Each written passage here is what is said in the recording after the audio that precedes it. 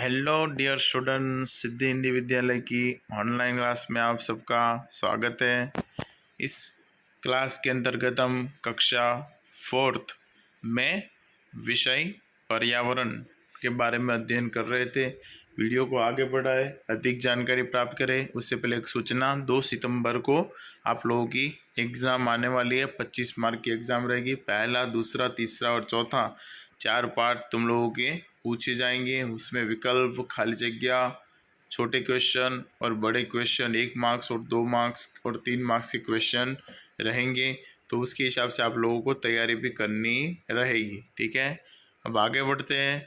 अब हम पाठ नंबर 5वां अनीता और मधुमक्खियाँ, उसके बारे में अध्ययन कर रहे थे। अगले वीडियो में हमने सिर्फ जानकारी प्राप्त की थी। अब डिटेल के अंदर पढ़ना शुरू करते हैं।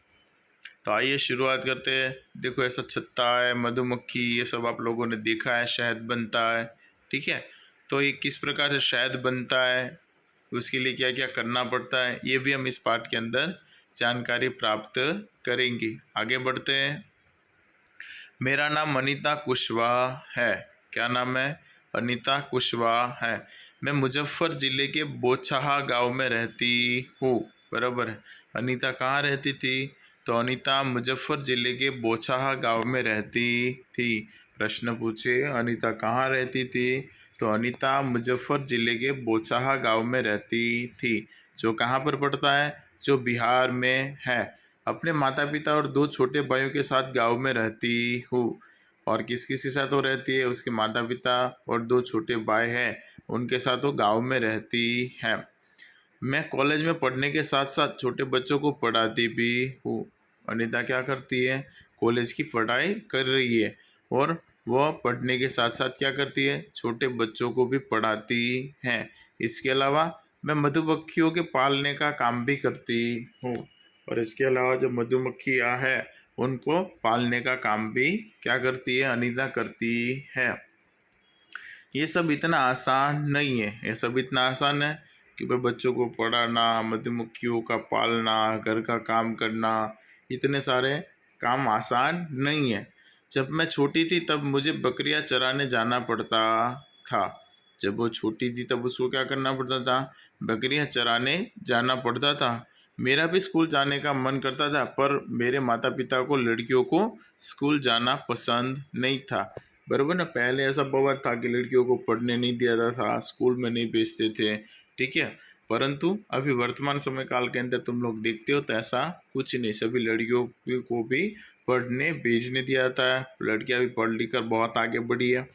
परंतु जब ये अनीता छोटी थी तब उसको स्कूल जाने नहीं दिया जाता था, क्योंकि उसके मम्मी पापा को लड़कियों को स्कूल जाना पसंद नहीं था, इसलिए वो बकरियां चराने जाती थी।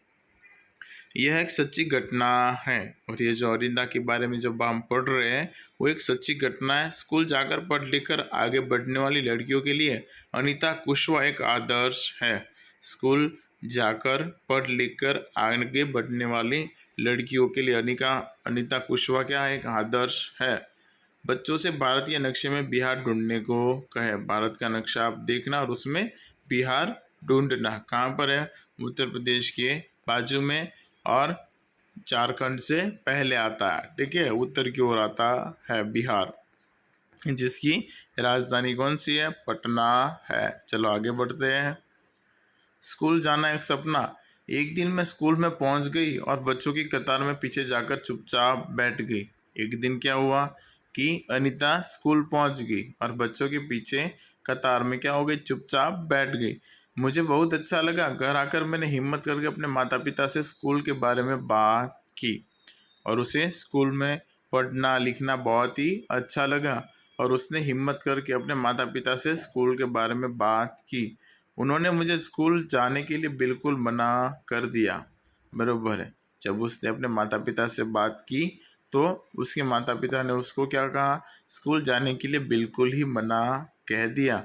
उन्होंने मुझे स्कूल जाने के लिए बिल्कुल मना कर दिया। उस दिन मैं बहुत रोई। और उस दिन क्या हुआ? अनीता बहुत रोई, क्योंकि उसका दिल टूट गया, उसको स्कूल पढ़ने जाना था। हमारे गांव में एक शिक्षक को इस बात का पता चला, तो उनके गांव के अंदर जो एक शिक्षक रहता था उनको इस बात का पता चला, उन्होंने मेरे माता पिता को समझाया और उन्होंने क्या किया, अनीता के माता पिता को समझाया। उन्होंने तो यह भी बताया कि 8वीं कक्षा तक की पढ़ाई पर कोई खर्च भी नहीं होता है।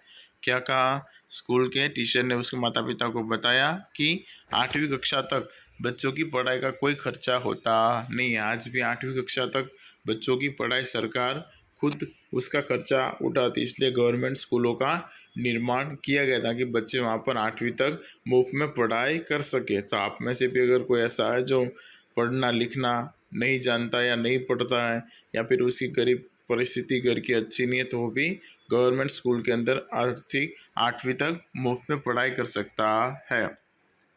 और पढ़ना तो प्रत्येक बच्चे का अधिकार है। पढ़ना प्रत्येक बच्चे का अधिकार है। माता पिता मान गए और मेरा स्कूल जाना शुरू हुआ, और शिक्षक की बातों को सुनकर उसके माता पिता भी मान गए और उसका स्कूल जाना शुरू हुआ। मैं बहुत तेजस्वी छात्रा नहीं थी, पर हमेशा कुछ न कुछ सवाल ज़रूर करती रहती थी। बराबर, वो इतनी तेजस्वी या इतनी पढ़ने लिखने में नहीं थी, परंतु वो हर बार कुछ ना कुछ क्वेश्चन करती रहती थी। तुम लोग करते हो कभी क्वेश्चन स्कूल में? कभी स्कूल में क्वेश्चन करते नहीं हो, ठीक है? तो तुम लोगों को भी अनीता से बात सीखनी चाहिए।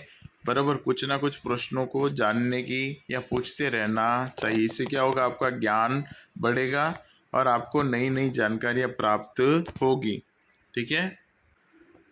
आशा रखता हूँ आज की वीडियो में जो जानकारी दी वह सबको समझ में आया होगा। अधिक जानकारी हम इसके बाद के वीडियो के अंदर प्राप्त करेंगे। वीडियो को सुनने के लिए थैंक यू।